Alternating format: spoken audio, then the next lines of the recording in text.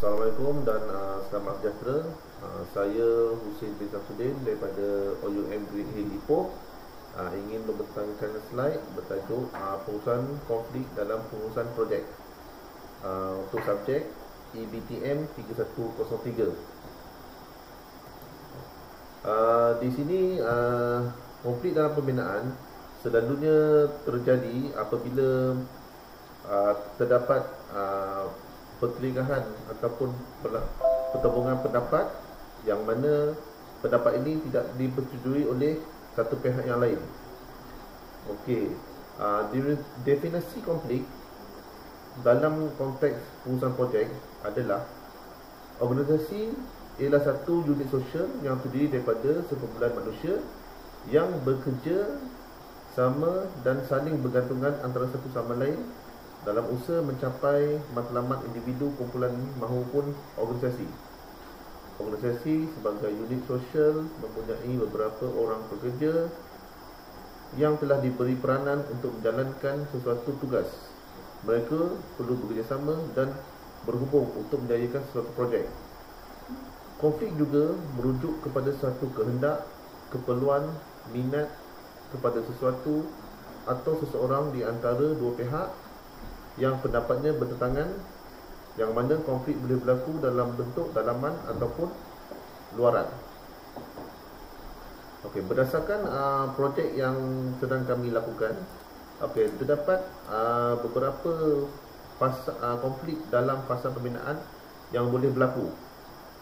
Satunya adalah potensi pencegahan atau ketidaksepadanan. Ini boleh diertikan sebagai punca konflik yang dibahagikan kepada tiga kategori, iaitu komunikasi, struktur dan pemboleh ubah peribadi. Ketiga-tiga ini akan menyebabkan perbezaan dan perselisihan akan wujud dalam menyiapkan satu projek. Yang kedua, pertimbangan dan kepribadian. Konflik dikatakan wujud hanya apabila dianggap oleh pihak-pihak yang terlibat, tetapi dirasai hanya apabila pihak yang berkenaan terlibat secara emosi, iaitu pihak tersebut merasa bimbang, tidak puas hati, rasa benci dan mengalami ketegangan dan tekanan.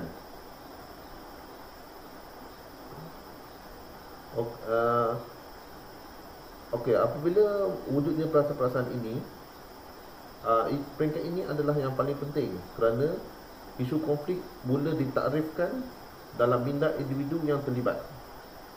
Yang ketiganya adalah bergantung kepada niat. Keputusan untuk bertindak dalam cara yang tertentu bagi menghadapi konflik yang wujud, misalnya dengan cara mengelak, bekerjasama, berkompromi, menyesuaikan diri dan bersaing dan sebagainya. Dan yang seterusnya adalah melalui tingkah laku. Konflik menjadi lebih jelas pada peringkat ini. Peringkat tingkah laku merangkumi pernyataan yang dikeluarkan ataupun statement yang dikeluarkan, tindakan yang diambil oleh pihak yang menghadapi konflik dan gerak balas oleh pihak yang menerima konflik tersebut. Dan yang terakhir adalah hasil atau kesudahan. Tindakan atau gerak balas kedua-dua yang pihak yang terlibat dalam konflik akan memberi kesan yang meningkatkan atau menurunkan prestasi kumpulan berkenaan. Ini akan menyebabkan sesuatu projek boleh tertangguh ataupun penambahan kos operasi ataupun menjadikan projek itu mengalami kerugian yang besar. Okey, sekarang kita akan balik kepada penyebab konflik dalam satu projek pembinaan. Okey, apabila projek pembinaan dilakukan di suatu tempat, akan terlibat dengan pelbagai kontraktor ataupun sumber-sumber yang lain. Okey, sumber-sumber yang tidak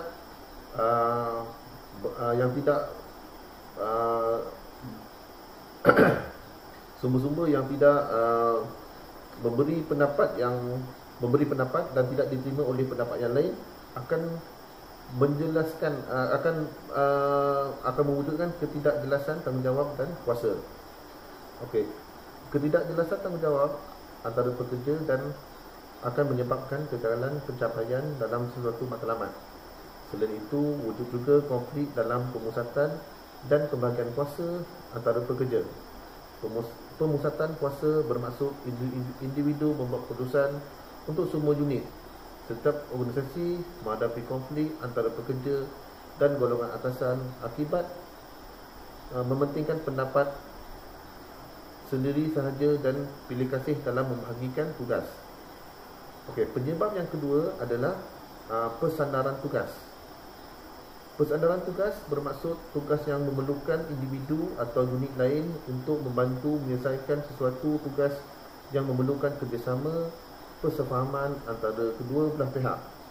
Kerjasama tersebut diperlukan untuk mendapatkan hasil kerja yang lebih efektif dan berkualiti.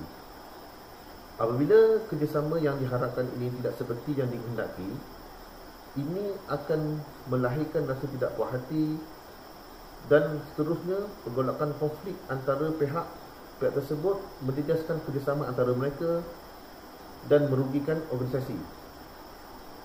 Penyebab yang keempat adalah kekurangan maklumat. Pengurusan maklumat yang lemah menjelaskan mutu kerja dan akhirnya gagal mencapai matlamat yang ditetapkan. Apabila berlaku kegagalan tersebut, konflik yang telah pun terjadi akan menjadi lebih buruk dan menjejaskan prestasi organisasi itu sendiri ataupun unit itu sendiri. Dan yang terakhir, maklumat yang berbeza. Konflik juga boleh berlaku di antara individu dan kumpulan. Perbezaan tersebut berlaku kerana perbezaan latar belakang dan pemikiran yang berbeza di antara setiap pekerja ataupun pekerja dengan atasan. Misalnya, organisasi tersebut membuat perubahan dasar dan memaklumi kepada pekerja tanpa meminta pendapat pekerja bawahan yang bekerjasama dengannya. Dan untuk jangka masa tersebut, konflik mula bergolak dan desakan serta paksaan hanya akan membawa kepada tindakan yang lebih buruk bagi menunjukkan ketidakpuasan hati mereka. Seterusnya, teknik untuk menguruskan konflik. Di dalam sektor pembinaan, terdapat teknik-teknik tertentu yang digunakan pakai untuk menguruskan konflik, yang mana teknik-teknik ini adalah dilakukan untuk menjimatkan kos operasi, mewujudkan semangat bersama, melicinkan pentadbiran dan juga kerja-kerja yang hendak dilakukan. Okey, teknik tersebut atau strategi tersebut adalah seperti strategi persaingan. Okey, strategi persaingan selalunya digunakan untuk mengalahkan pihak lawan dan ia mewujudkan situasi menang kalah kerana kedua-dua pihak yang berkonflik bersaing untuk mencapai matlamat masing-masing. Keadaan ini berlaku apabila kumpulan yang kurang mementingkan perpaduan dan lebih mengutamakan pencapaian matlamat yang ditetapkan. Teknik ini juga digunakan untuk menjaga status, membuat keputusan dengan tepat, memudahkan situasi dan mengemaskini kehendak semula jadi manusia apabila kedua-dua pihak enggan untuk bertolak ansur serta berbincang secara terbuka. Teknik yang kedua adalah pengelakkan. Isu-isu konflik yang dipendamkan atau tidak diendahkan buat sementara waktu untuk mengumpulkan maklumat dan menganalisa masalah yang berlaku. Ahli kumpulan cuba mengelak tercetusnya perbalahan kerana perpaduan pasukan yang rendah dan keinginan untuk mencapai matlamat adalah mudah. Ada kalanya isu-isu konflik sengaja diketengahkan oleh kedua-dua pihak atas sebab-sebab tertentu. Strategi yang ketiga adalah strategi kompromi. Okey, dengan menggunakan strategi kompromi,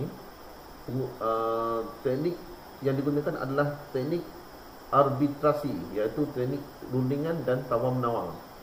Strategi ini memberi faedah kepada kedua-dua pihak yang berkonflik dalam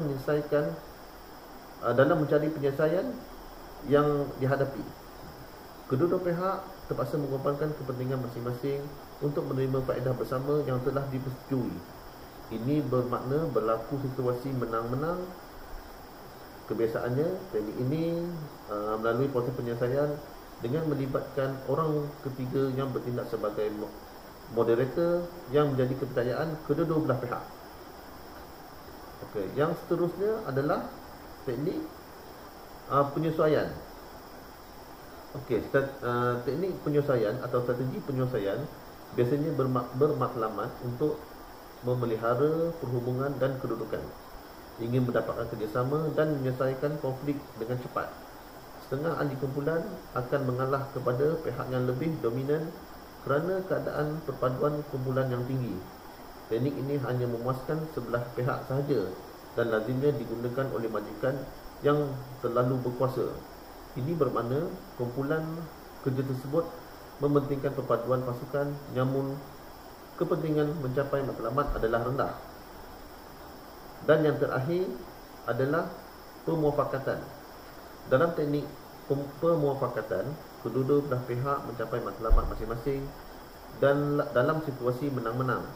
Sikap bertolak ansur dan mementingkan pencapaian matlamat dan perpaduan pasukan menjadi keutamaan.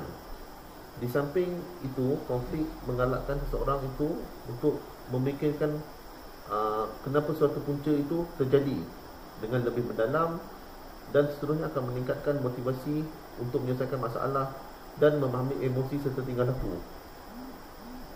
Dalam mewujudkan suatu usaha untuk mewujudkan pemuafakatan ini, pihak majikan atau pihak yang berkonflik dengan pihak yang satu lagi hendaklah duduk semeja untuk berbincang mengenai kelebihan dan kekurangan dalam menjadikan suatu projek tersebut. Okey, kesimpulannya, sesuatu projek pembinaan ataupun projek yang dilakukan dalam suatu organisasi perlulah berbincang untuk kepentingan bersama. Di samping keselamatan adalah menjadi fokus utama. Perbalahan, pemusuhan, tuduh-menuduh, tidak tiada kerjasama, sabotaj dan sebagainya adalah tidak mendatangkan sebarang hasil dan malah akan meruntuhkan organisasi itu sendiri. Sekian daripada saya. Assalamualaikum.